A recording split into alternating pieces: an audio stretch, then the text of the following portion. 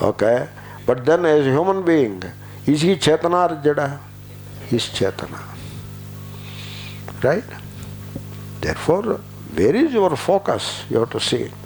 Now, an animal, is it Chetana or Jada? Chetana. A tree, is it Chetana or Jada? Chetana. And a mountain, is it Chetana or Jada? It is Chetana. Then what is Jada? There are no Jadas. Then why the idea of Jada came? Jada is a superimposition on Chetana. Like, based on Upadhi, the same Chetana or same Chaitanyam is called differently based on different Upadhis. Like the cosmic mind Upadhi, the same Chaitanyam is called Hiranyagarbha. The cosmic life Upadhi, same Chaitanyam is called Sutratma. Cosmic universe, physical universe Upadhi, the same Chaitanya is called Virat. The individual body Upadhi, the same Chaitanya is called Vishwaha. Similarly, Taijasaha, individual mind. And individual, individual awareness, the same Chaitanya is called Prajnaha. Sarvajnaha, you know Prajnaha. So, the awareness in the sleep, it knows everything. You go into Mandukya, okay? So, all these names for the same reality, same thing it is. You see, in a house, we hear these names, father, brother, son, and then head of the family, boss. Like we hear all these names. How many people are there now? Only one. Only one person is called so many ways, based on Upadhi. Similarly, it is the same Chaitanya, which is called Brahma, and it is called in so many ways by Upadhi. So similarly, by the Upadhi of Jada, the Chaitanyam is called Jada. It is Chaitanyam only. Chaitanyam alone is called Jada. By a particular Upadhi, it is called Parvatam. The same Chaitanyam is called a mountain when the Upadhi is a particular Upadhi. The same Chaitanyam is called a river when the Upadhi changes. The same Chaitanyam is called a cow when the Upadhi changes. It is the Upadhi alone changes. The simple example is when you see on the movie screen a mountain and a person and a river, all are the same light. Though you say the person is alive, the mountain and river are dead, but still it is the same light. Similarly, we are all the Chaitanya. The river is also Chaitanya. The mountain is also Chaitanya.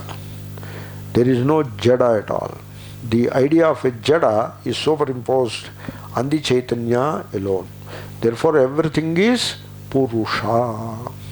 That is the idea. That is the Purusha Suktam. Everything is Purusha. Now, the five elements are what? Purusha. But then the elemental universe, it changes, you know. It was born, it is changing, and it will perish. Okay, but still Purusha. What kind of Purusha? Perishable Purusha. Ksharaf Purusha. Okay, that is the earlier verse. Dvavimau Purushau loke ksharascha akshara evacha. Then you say the universe of five elements, Prithvi Tejo Vayu Akasha, it perishes, but the avyakrata, the unmanifest power, universal power, from which this five elemental universe has originated, that doesn't perish. That remains intact. That doesn't perish. It is something like all the ornaments are perishable. You can melt them down. But gold doesn't perish. And you can produce ornaments again from that again. Next level of ornaments you can produce. Similarly, the avyakrata, the unmanifest, from which the universe has originated, The universe perishes. Because it is born, it perishes. But the unmanifest, it doesn't perish. But that is also Purusha. Unmanifest is also Purusha. So now what we call it? Aksharaha Purushaha. Imperishable Purusha. Then what is this Chaitanya Atma? What is it? Is it Kshara Purushaha or Akshara Purushaha? No. It is neither Kshara Purusha nor Akshara Purusha. It doesn't fit into the opposites. The Atma doesn't fit into the opposites. You should know that. Is Atma good or bad? You say Atma is good and I am that good Atma. He is bad Atma, he is my enemy. That is what you want to say. You have to say Atma is neither good nor bad. You have to say that. I mean, if you are caught in Dharma Sindhu, Muhurta Sindhu, etc. in that, then you will say what I said just now. But if you go beyond that, then Atma is neither good nor evil. Atma is neither dharma nor adharma. Anyatra dharmat, anyatra adharmat. Atma is neither east nor west. It doesn't fit into the opposites.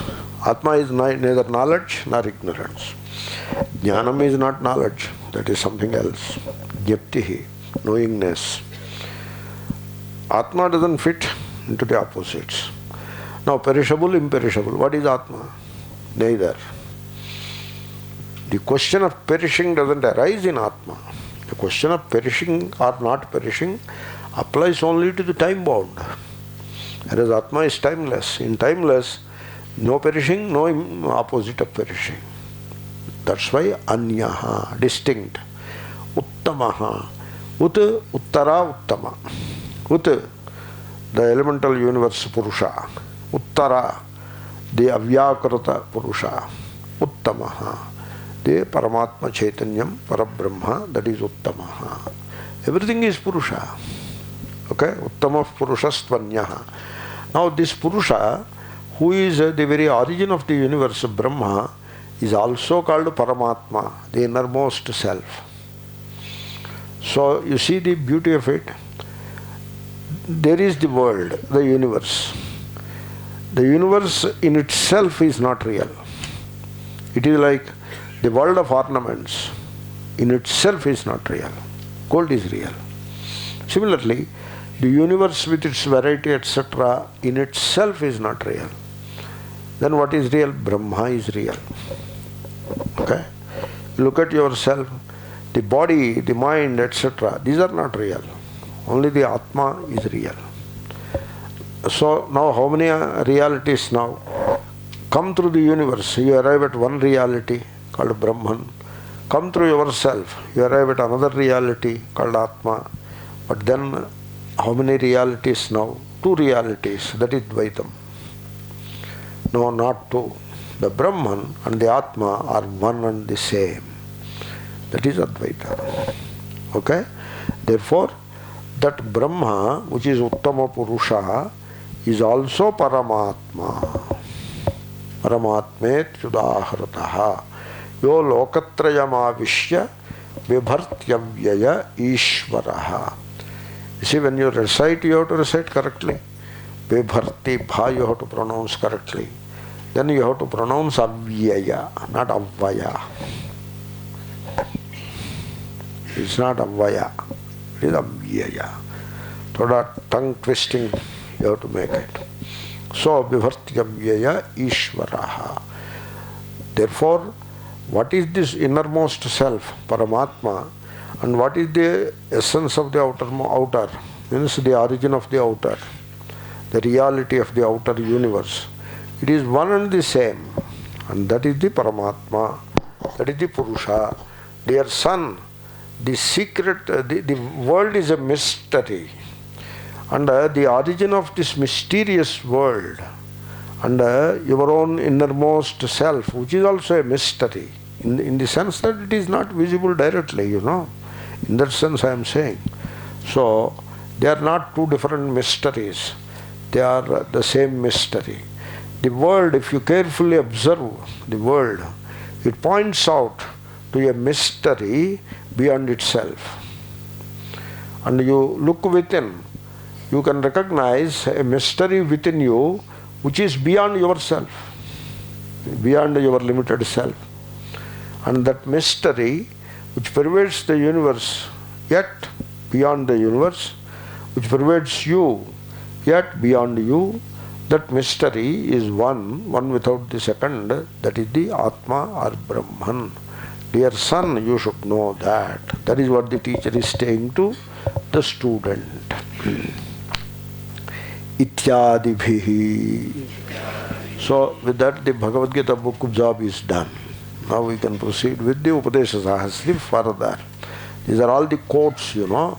Quotes are meant for examination. You have to examine. That is the purpose of quoting, not just glancing over. Also there is a way of looking at a quote. The quote in the beginning, I mean, as you look at it, it is somebody else's opinion.